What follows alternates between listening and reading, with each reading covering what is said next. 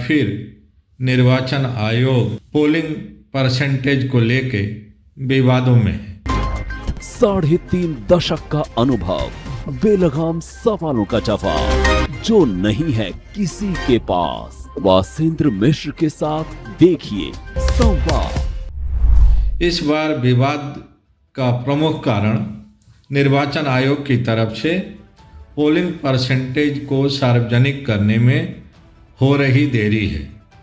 हम सब जानते हैं कि भारत में फर्स्ट फेज और सेकेंड फेज की पोलिंग हो चुकी है।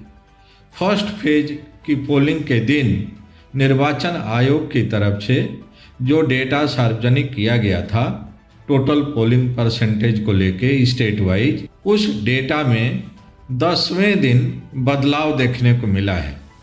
लगभग 10 दिन बाद भारत के निर्वाचन आयोग की तरफ से जो डेटा सार्वजनिक किया गया है फर्स्ट फेज की पोलिंग के बारे में, उस डेटा में और जो data first day of polling सार्वजनिक किया गया था उसमें काफ़ी कॉन्ट्राडिक्शंस है, विरोधाभास है। इंडिया गठबंधन के तमाम घटक दल, देश के जाने माने कानूनविद, देश के कई रिटायर्ड निर्वाचन आयोग की कार्यशैली और कार्यप्रणाली पर सवाल खड़ा कर रहे हैं। कपिल सिब्बल जो देश के जाने माने कानूनविद हैं, मेंबर पार्लियामेंट हैं, यूपीए की सरकार में केंद्र में कई विभागों के मंत्री थे, उन्होंने अपील की है कि देश के सभी विपक्षी पार्टियों को एकजुट होकर निर्वाचन आयोग के सामने प्रतिवेदन देना चाहिए और अगर निर्वाचन आयोग उस प्रतिवेदन पर कार्रवाई नहीं करता है और अपनी कार्यशैली में सुधार नहीं करता है तो उस स्थिति में सुप्रीम कोर्ट का दरवाजा खटखटाना चाहिए। कपिल सिब्बल का आरोप है कि निर्वाचन आयोग की कार्यशैली लोकतंत्र के लिए खतरा है।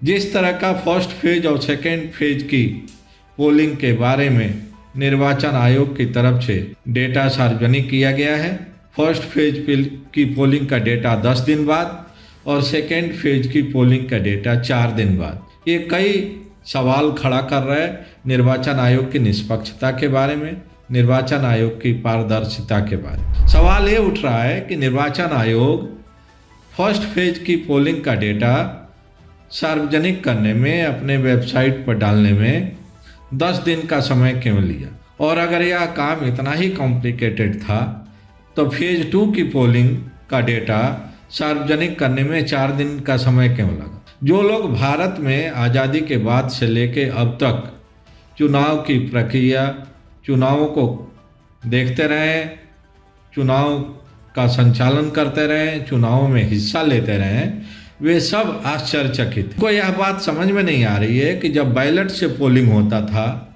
जब सब कुछ मैन्युअली कंपाइल किया जाता था, डेटा एकत्रित किया जाता था, तब पोलिंग डे के बाद डेटा को सार्वजनिक करने में बमुश्किल 24 घंटे का वक्त लगता था और इंटरिम डेटा तो उसी दिन शाम को मीडिया के लिए और सभी पॉलिटिकल पार्टीज के लिए जारी कर दिया जाता था और फाइनल डेटा वेबसाइट पर डालने में और पब्लिक डोमेन में ले जाने में बमुश्किल 24 घंटे का समय लगा। अब जब टेक्नोलॉजी इतनी फास्ट है, अब जब एक से एक मॉडर्न गैजेट्स और सुविधाएं उपलब्ध हैं, तब इस बार के चुनाव में आखिर क्या कारण है कि निर्वाचन आयोग पोलिंग के दिन का डेटा उसी दिन या बमुश्किल सुबह जारी करने के बजाय 4 दिन से 10 दिन का समय क्यों ले रहा। जो लोग सवाल पूछ रहे हैं उनके मन में यह भी आशंका है कि क्या निर्वाचन आयोग अपनी भूमिका निभाने में असमर्थ है, क्या निर्वाचन आयोग निष्पक्षता से अपना काम नहीं कर पा रहा है, क्या निर्वाचन आयोग किसी दबाव में काम कर रहा है। क्योंकि हम सब ने देखा है कि अभी कुछ साल पहले तक लगातार जब तक सुप्रीम कोर्ट का फैसला नहीं आया था तो ईवीएम को लेके निर्वाचन आयोग पर तरह तरह के आरोप लग रहे थे और गैर बीजेपी दलों की तरफ से लगातार ये मांग हो रही थी बजाय बैलेट पेपर से चुनाव कराए जाए। ये अलग बात है कि सुप्रीम कोर्ट ने निर्वाचन आयोग के पक्ष में फैसला सुनाया।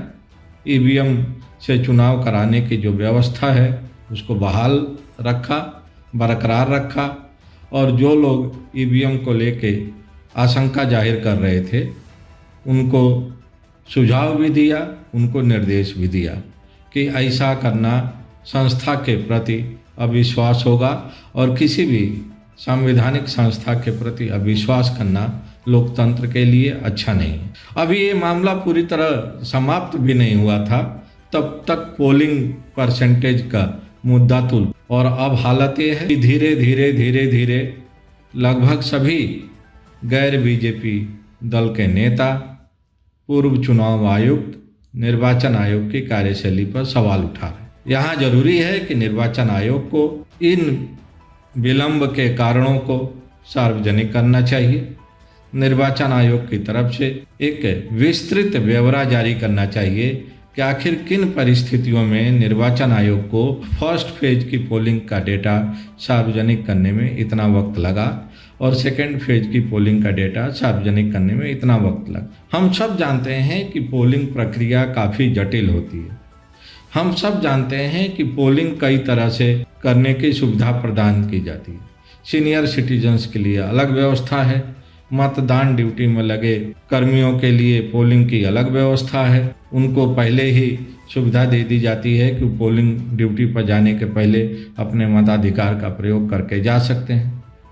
सुरक्षा बलों के लिए अपना मताधिकार का प्रयोग करने का अलग व्यवस्था है। तो इस तरह से ये सच है कि भारत में 3-4 तरह के अलग अलग अरेंजमेंट्स के तहत पोलिंग होती है, और जब पोलिंग हो जाती है तो इस तरह के अलग अलग जो प्रोसीजर्स के जरिए मतदान हुए रहते हैं उनको कंपाइल करने में वक्त लगता है। लेकिन आखिर इतना वक्त क्यों लग रहा है जब फर्स्ट फेज की पोलिंग 10 दिन लगा है डेटा पब्लिक करने में और सेकेंड फेज की पोलिंग का डेटा सार्वजनिक करने में 4 दिन का वक्त लगा। ये किसी के गले से नीचे नहीं उतर रहा है, और यही कारण है कि निर्वाचन आयोग के प्रति लोगों के मन में लगातार आशंका बढ़ती जा रही है। खास तौर से भारतीय जनता पार्टी के विरोधी राजनीतिक दलों, नेताओं, संगठनों और सामाजिक क्षेत्र में काम करने वाले लोगों के मन में। और इस आशंका को, इन सवालों को दूर करने की जिम्मेदारी निर्वाचन आयोग को जल्दी से जल्दी इन आशंकाओं को दूर करके अपनी निष्पक्षता, अपनी इंटीग्रिटी, अपनी ऑनेस्टी साबित करने की कोशिश करनी चाहिए। नहीं तो भारत के निर्वाचन आयोग की स्थिति भी दुनिया के तमाम ऐसे निर्वाचन आयोगों के तरह धीरे धीरे बन जाएगी, इमेज और परसेप्शन, जहाँ पर कि नाम के लिए चुनाव होते हैं, सारी प्रक्रिया का पालन होता है, लेकिन हर चुनाव के बाद निर्वाचन आयोग के खिलाफ जन आंदोलन देखने को मिलता है। थैंक यू, नमस्कार।